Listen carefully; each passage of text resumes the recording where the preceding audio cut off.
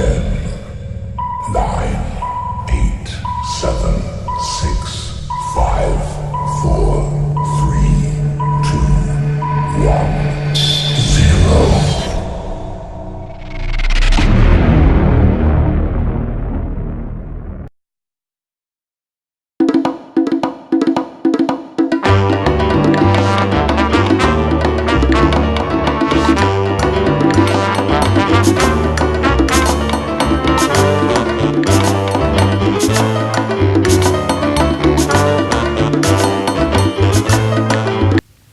El sermón de esta mañana se titula Equipados para ganar.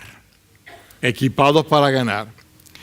Cuando venimos a los caminos del Señor, normalmente el comienzo es un comienzo alegre.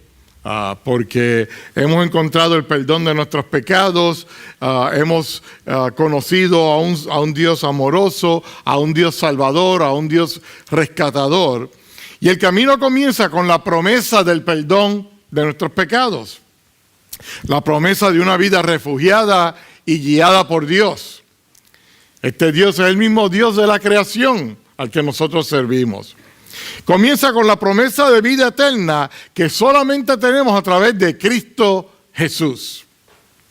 Ahora, dentro de este paso de fe, también vienen otras consecuencias que no son tan alegres como las que acabé de enumerar ahora mismo. Tenemos consecuencias porque tenemos enemigos invisibles que no, obviamente por la palabra lo dice, invisibles. No podemos ver de dónde viene el ataque del enemigo.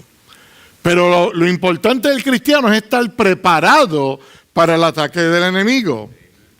La vida del cristiano, como dije, trae muchas consecuencias que están atadas a la fe. Hubo un predicador y teólogo en los años 1800, por ahí. Él se llamaba J.C. Ryle. Y J.C. Ryle dijo lo siguiente en cuanto a la guerra que tiene el cristiano diariamente en su vida. Y dice así la cita. Es una lucha de necesidad perpetua. No te permite tiempo para respirar. No hay armisticio, ni hay tampoco tregua. Tanto los días de la semana como los domingos, tanto en privado como en público, tanto en el hogar como fuera del hogar, la lucha del cristiano es diaria e incansable. En toda zona de batalla hay un riesgo de vida y de muerte. Pero en este caso vamos a estar hablando hoy del riesgo de la muerte espiritual del cristiano por no estar preparado para la batalla que tiene de frente. Como en toda guerra hay personas que son fuertes, soldados que están fuertes, como hay soldados que son débiles. Y los soldados fuertes tienen que estar rescatando a los soldados débiles.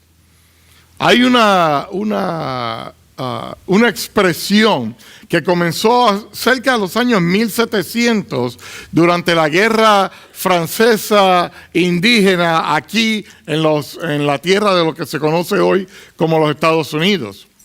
Y es que el lema era que tú no puedes dejar a ningún hombre atrás. Lo que quiere decir es que si uno de tus compañeros cae, tú tienes que hacer el sacrificio, el riesgo, arriesgar tu vida e ir a buscar a esa persona, echártelo encima y salir corriendo con él encima. Nosotros como cristianos tenemos que tener esa mentalidad también, que los hermanos con los que nos congraciamos diariamente, semanalmente, mensualmente, anualmente, son personas que somos responsables por su vida espiritual, tanto como somos responsables por nuestra propia vida. No quiere decir que tú te vas a salvar porque otro se salva, pero tu trabajo es tratar de rescatar a otro para que otro se salve también. Pero cuando más sentimos que estamos en una guerra perdida, cuando más sentimos que nuestro final ha llegado, cuando más sentimos que ya estamos al punto de la muerte, es cuando debemos recordarnos que nuestro Señor Jesucristo ya venció al enemigo, que la victoria ya está a nuestro alcance, porque nosotros estamos equipados para ganar. Vamos a leer un versículo, un pasaje bíblico que es bien conocido por muchos, pero es la base para nuestra predicación esta mañana. Vamos a leer en Efesios capítulo 6, versículos 12 al 13. Bien, dice así en el nombre del Padre, del Hijo y del Espíritu Santo.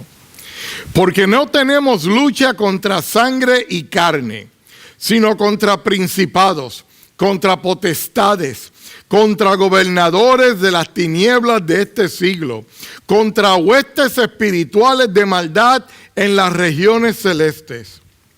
Por tanto, tomad la armadura de Dios para que podáis resistir en el día malo y habiendo acabado todo, estar firmes. Si ustedes ven ahí, Pablo no dijo en ningún momento que nuestra pelea era contra demonios. Y lo dejó ahí. Él estableció los distintos niveles y potestades y autoridades que hay del maligno contra las que nosotros tenemos que batallar diariamente, todo el día. Y por eso vamos a hablar de tres armaduras en el día de hoy. La primera armadura es la armadura de consistencia. En varios versículos más adelante el apóstol Pablo describe que la vestidura del cristiano él la asimila a la vestidura de un soldado. ¿Okay? Era desde un punto de vista militarístico.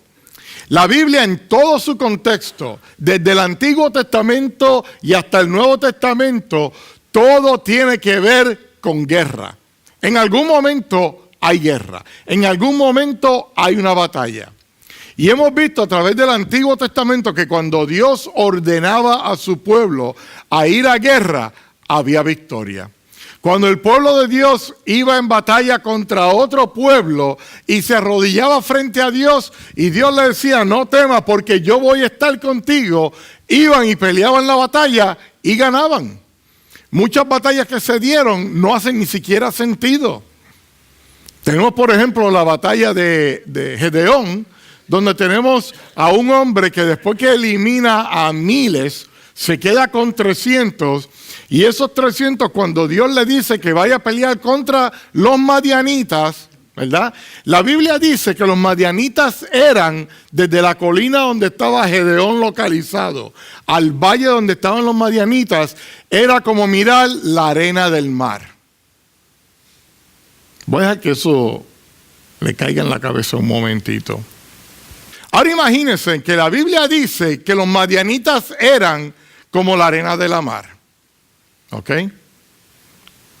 Muchos historiadores dicen que por el área que midieron de ese valle, que ellos estiman que el ejército de los madianitas era aproximadamente de algunos 65,000 soldados.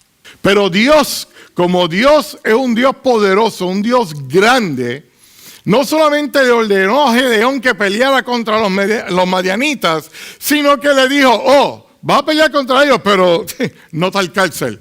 Suelta las espadas, suelta las lanzas, suelta los escudos. Agarra unos cántaros y agarra una antorcha. Y con eso tú vas a pelear. Contra 65,000 personas, soldados, entrenados para matar. Y dice la Biblia que cuando Gedeón salió y empezó a seguir la orden de Dios, no lo que él pensaba, la orden de Dios, dice que los madianitas, ellos mismos empezaron a matarse entre ellos mismos. Y no quedó ni uno vivo. Así cualquiera pelea una batalla, ¿verdad? Que el enemigo se destruya él mismo. Pero eso sucede cuando tú vives dentro de la voluntad de Dios. Cuando tú obedeces a la palabra de Dios, no importa cuán imposible o cuán nula sea la situación, Dios va a hacer un milagro en esa situación, de alguna manera.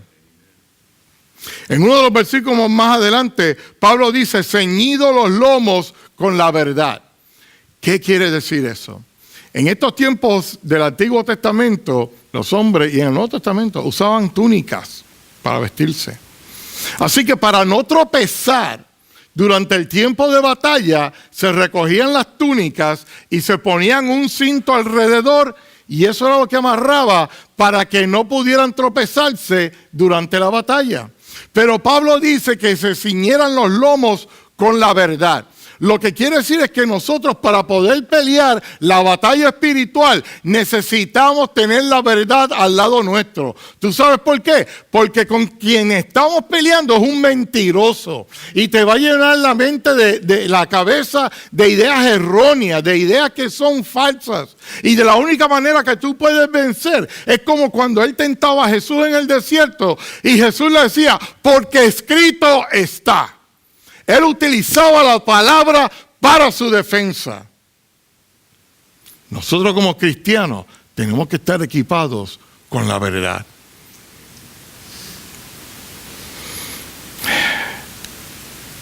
El enemigo tiene una estrategia particular y es la de recordarte tu pasado para que tu futuro no tenga futuro. Y yo te digo en esta mañana, tu pasado no define tu futuro. No importa lo que tú hayas hecho, con quién lo hayas hecho, dónde hayas estado, dónde no hayas estado. El Señor utiliza todo lo que ha pasado en tu vida para que sirva de propósito más adelante. Y a veces eso no hace sentido para nosotros. Yo no sabía que por más de 20 años el Señor me estaba preparando a mí para un ministerio. Eso ni por aquí me pasaba a mí. Pero el Señor me estaba preparando. Y después yo pude entender el porqué de tantas cosas. Yo seguía viviendo la vida y yo pensaba, pues otro cantazo más, ¿verdad? Que uno coge. Pero esos cantazos fueron los que me enseñaron a cómo seguir hacia adelante dentro de la voluntad del Señor. Luego más adelante el apóstol Pablo le habla a los cristianos de Éfeso diciendo que utilicen la coraza de justicia. La coraza era lo que protegía el pecho. Pablo en el libro de Romanos, específicamente en el capítulo 8, él postula lo siguiente: la justicia de Dios ha sido manifestada en nosotros, haciendo cumplir la ley. Y hay muchas veces que leemos pasajes bíblicos, ok, amén. Pero hay que entender, hay que escudriñar lo que la palabra quiere decir. Porque no está ahí escrito porque no había más nada que hacer. Está ahí escrito porque Dios te quiere traer un mensaje para tu vida. Y cuando Pablo dice que la justicia de Dios ha sido manifestada en nosotros, haciendo cumplir la ley, es porque la ley de Dios estaba basada en amor. Y vamos a verlo de esta manera. El amor al prójimo en los 10 mandamientos está reflejado en casi todo. Porque te dice, no adulterarás, no robarás, no codiciarás, no matarás. Todos esos son aspectos de amor hacia el prójimo. Esa es la ley. Y Jesús dijo, yo soy el camino, la verdad y la vida, y nadie va al Padre si no es por mí. Y él mismo dijo que teníamos que amarnos los unos a los otros. El miércoles cuando estábamos aquí en el estudio bíblico estábamos hablando de eso. El amarnos los unos a los otros. Porque hay veces que es difícil. Es bien fácil, mira, de aquí para allá. Pero eso hay que vivirlo. Eso hay que vivirlo. Y eso hay que vivirlo con el vecino que te trata mal, la vecina que se porta mal, el familiar que se porta mal contigo, el compañero de trabajo, el miembro de la iglesia. La Biblia dice que tenemos que amar a nuestro prójimo, tal y como Jesucristo amó a la iglesia. ¿Y tú sabes lo que Jesucristo hizo por la iglesia? déjame recordártelo. Él murió por la iglesia. Él dio su vida por la iglesia. Pero porque murió y dio su vida no quiere decir que ahí fue que quedó. Porque Él resucitó. Lo que quiere decir es que tú tienes que hacer sacrificios que a veces son que uno tiene que respirar profundo. Y a veces uno dice, pero Señor, es que no se lo merece. Y déjame decirte una cosa, yo he aprendido que porque yo era el primero que decía eso, Señor, pero es que no se lo merece. Pero después aprendí que el Señor un día me dijo, ¿y tú te mereces el perdón que yo te di? Se me quitaron las ganas de ahí en adelante de decir, no se lo merece. Y empecé a decir, Jesús murió por ellos también. Porque si murió por mí, oye, perdona a cualquiera, déjame decirte, el amor de Dios es grande. Pablo también nos exhorta a calzar nuestros pies. Él utiliza la referencia de apresto. Muchos piensan que es un tipo de calzado, pero realmente el apresto era un tipo de ungüento, un tipo de material que se le ponía a las sandalias para que las sandalias se endurecieran y no se rompieran durante el tiempo de batalla. Y sin embargo, Pablo dice que pongamos el apresto del Evangelio en nuestros pies. ¿Tú sabes por qué? Porque el Evangelio no fracasa. El Evangelio no falla. El Evangelio es el mensaje de Jesucristo al mundo de que Él murió, Él resucitó y está sentado a la diestra del Padre para brindarte vida y vida en abundancia. Él no quiere que tú fracases. Dios no quiere que tú fracases. ¿Tú sabes por qué? Porque tú eres un servidor del Dios más alto, del Dios más poderoso. Y si tú fracasas, Él se ve como un fracasado. Dios no quiere que tú fracases. Dios quiere que tú tengas victoria en tu vida. Victoria en todo. En todo.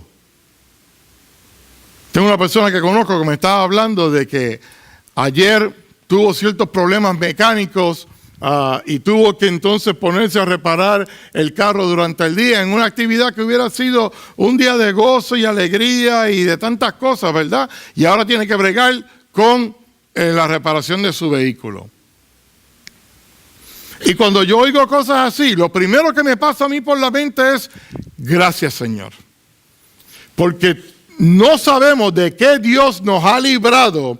Cuando nos vemos en ese momento, no sabemos qué accidente automovilístico, qué pudo haber pasado en la carretera, que Dios permitió que tu carro no funcionara para que tú pudieras llegar bien a tu casa.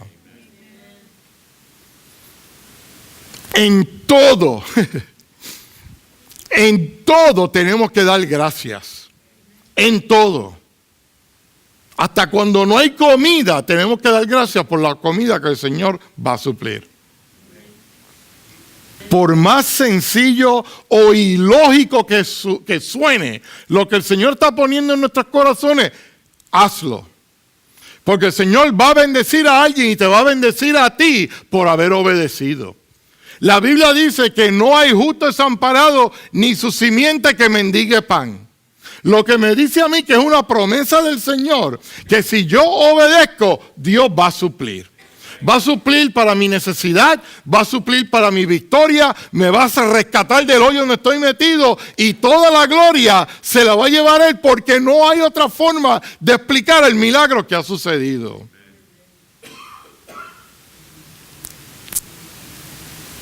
Tú y Dios son invencibles. Yo quiero que usted repita conmigo, yo y Dios somos invencibles. Ok, ahora no lo digamos como una iglesia católica rezando. Vamos a decirlo con pasión, como que lo creemos. Yo y Dios somos una vez más, yo y Dios somos invencibles. Amén. La armadura de la confianza. El apóstol Pablo también habla del escudo de la fe. Y la fe está basada en confianza. Estar confiado de que todo dardo, todo ataque del enemigo que viene contra nosotros, nosotros vamos a estar protegidos por el escudo de la fe que tenemos en Dios. Y déjame darte un secretito. La fe que tú tienes, dice la palabra, que no es tuya. Fue dada por Dios para que tú te puedas reforzar en Él y creer en Él. Así que te suple la fe, te suple el escudo. Todo lo que tú tienes que hacer es ponerlo en práctica. Eso es todo lo que tú tienes que hacer. Estar, como dije, estar confiado de que los ataques del enemigo no van a poder penetrar. Debemos estar confiados en lo que creemos y dudar de lo que dudamos. Y te voy a explicar. Porque si tú dudas de algo, échalo fuera de ti. Porque en el Señor no hay duda. El Señor es o no es. En el mundo de Dios no hay una zona gris. No hay, vamos a ver qué pasa. En el mundo de Dios, Él da la orden y tú obedeces. En el mundo de Dios, Él da la orden y tú desobedeces. Desde Génesis y Apocalipsis hay montones de ejemplos de lo que es desobediencia. A veces es drástico. En la palabra, yo me alegro de que el Dios del Antiguo Testamento, aunque es el mismo Dios, pero el Dios del Antiguo Testamento en el Nuevo Testamento dio a su Hijo por amor a nosotros. Y yo prefiero agarrarme del Dios del Nuevo Testamento que del Dios del Antiguo Testamento. Porque te digo una cosa, el Dios del Antiguo Testamento es un Dios firme. Un Dios que tú dices, no, Él dice, oh no, está bien. Abre la tierra y se tragan a miles. Y la cierra. Tranquilito, next. Pero servimos a un Dios firme, un Dios amoroso, un Dios que vela por ti, un Dios que ya dio tu victoria a través de su Hijo Jesucristo. Y eso es todo lo que tú tienes que hacerte, agarrarte al Señor. La vida cristiana empieza por fe, continúa con fe y concluye en fe. La armadura del cristiano continúa con el casco de la salvación. Y yo me preguntaba, pero ¿y por qué la salvación es un casco? ¿Verdad? Y yo pude entender el porqué de esto. Dios, en su infinita sabiduría, nos hizo con un cerebro, con la capacidad de pensar, de recordar, ¿verdad? A las mujeres les dio una capacidad de recordar más grande que la de los hombres, no sé por qué, pero nos dio tremendas habilidades que no le dio a los animales. Y cuando nosotros pensamos en algo y lo hacemos lógico, defendemos ese punto. Vamos, por ejemplo, a la política. Hay gente que, del país donde yo vengo, hay más o menos tres ideales políticos. Uno es independencia, otro es Estado libre asociado y el otro es estadidad. Y todos los que discuten los puntos a defenderlos es porque lo han internalizado, lo aprendieron, lo internalizaron y ahora lo defiende. Pero empezó por aquí, ¿verdad? La palabra dice que nuestra salvación viene, que la fe viene, ¿por qué? Por el oír. ¿El oír qué? La palabra de Dios. ¿Y dónde están los oídos? ¿En el pecho? ¿En los hombros? ¿En la espalda? ¿En las piernas? No. Los oídos están en la cabeza.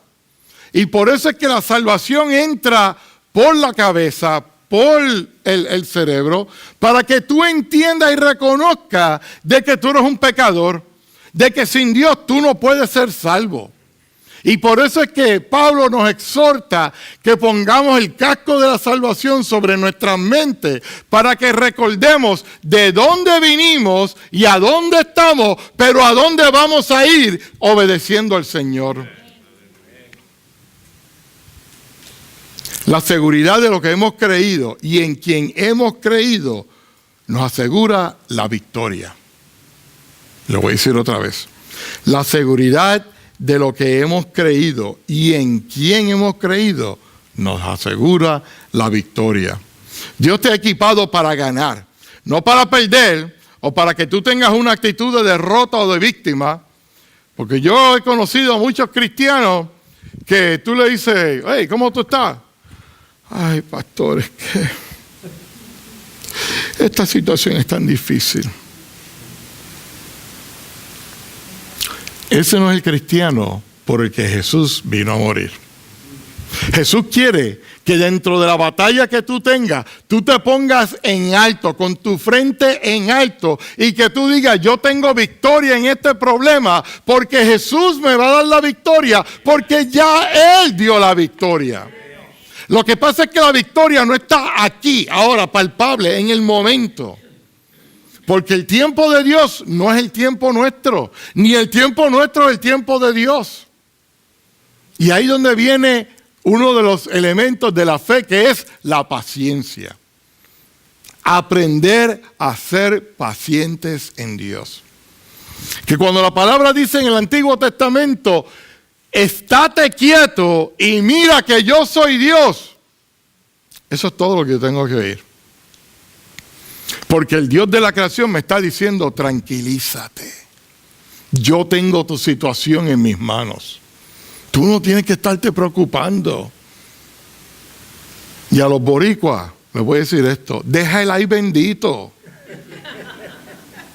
Deja el ay bendito. En Dios no hay ay bendito. En Dios es, Él movió la piedra, resucitó a su hijo y la tumba está vacía, y eso es lo que nosotros creemos. Y la última armadura, la de la comunicación. Dios se comunica contigo a través de su palabra. Su palabra dice en la Biblia que es una espada de doble filo. Pero dice la palabra que la Biblia es una espada de doble filo que llega hasta lo más profundo de tu ser. Lo que quiere decir es que corta de ti todo lo innecesario para que tú estés limpio y fresco delante del Señor. Cuando estamos cortando carne, muchas veces, ¿qué hacemos? Le cortamos la grosura, ¿verdad? The fat, ¿ok? Se lo cortamos. ¿Por qué? Porque no es necesario. ¿Ok? Pero ¿qué pasa? Ahora, depende, porque si es un ribeye, el ribeye necesita ese fat. Porque eso es lo que le da lo pone blandito, ¿verdad?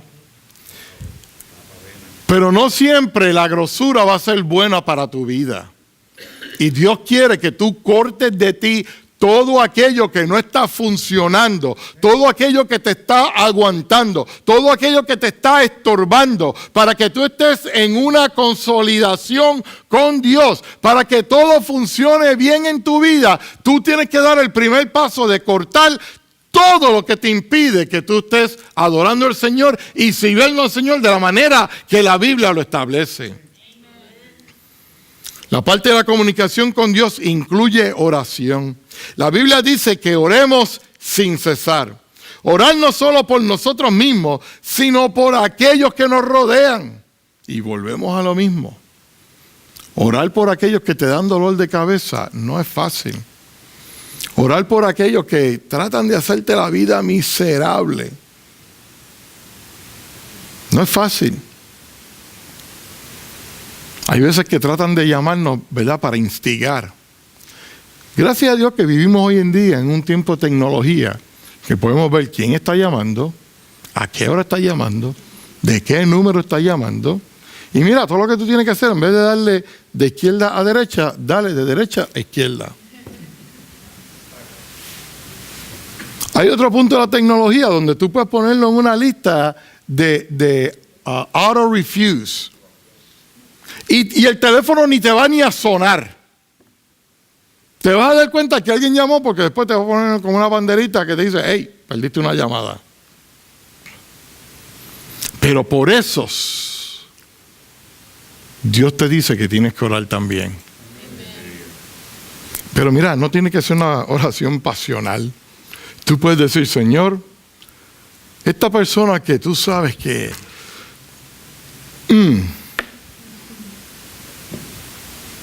Señor, tócale la mente, tócale el corazón. Señor, sácalos de mi vida. Tú sabes lo que están causando en mi vida. Pero te pido que le demuestres tu amor. Y yo oro así por mucha gente. Mucha gente yo sé que han tratado de hacerme daño, que están tratando de hacerme daño. Señor, bendícelos a ellos también. Y ya. Ya cumplí. La palabra dice que ore por ellos. Ya oré por ellos. ¿Ok? Pablo le estaba hablando a un pueblo, como dije, en Asia Menor, donde las competencias y las guerras eran comunes. En nuestro mundo las guerras son comunes.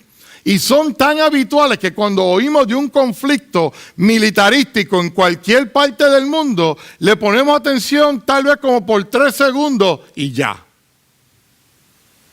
Porque estamos acostumbrados ya a oír guerra, a oír matanzas, a oír ataques de terrorismos. Vemos las noticias, las leemos. Wow, otro ataque más. Ok, ¿cuál es la próxima noticia? Oh, ok. Ya nos hemos vuelto fríos en el amor al prójimo. Porque ya la actitud es, bueno, después que no pase aquí, no hay problema. Después que no me pase a mí, no hay problema. Pero tú sabes qué, eventualmente estos ataques van a venir aquí. No te creas que estamos exentos de eso. Eso va a venir. No le estoy tratando de meter miedo, es simplemente lógica.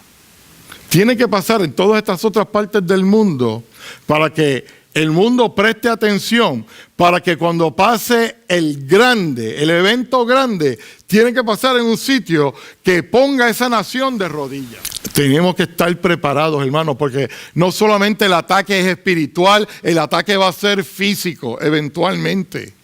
Pero si estamos preparados espiritualmente, aún con ataques físicos, encontraremos victoria delante del Señor. Hoy yo te exhorto a que no perdamos de vista que ya tenemos una victoria separada para nosotros, porque Dios no admite fracasos, y mucho menos cuando su nombre está de por medio. Muchas veces yo le oro al Señor y digo, Señor, yo estoy haciendo lo que tú me dices que yo haga, pero si algo va mal, créeme que te voy a apuntar el dedo. Tu reputación es la que está en juego, Señor, no la mía. Pues yo estoy obedeciendo. Así que si yo obedezco, meet me halfway. Yo obedezco, pero tú me llevas a mí el resto del camino.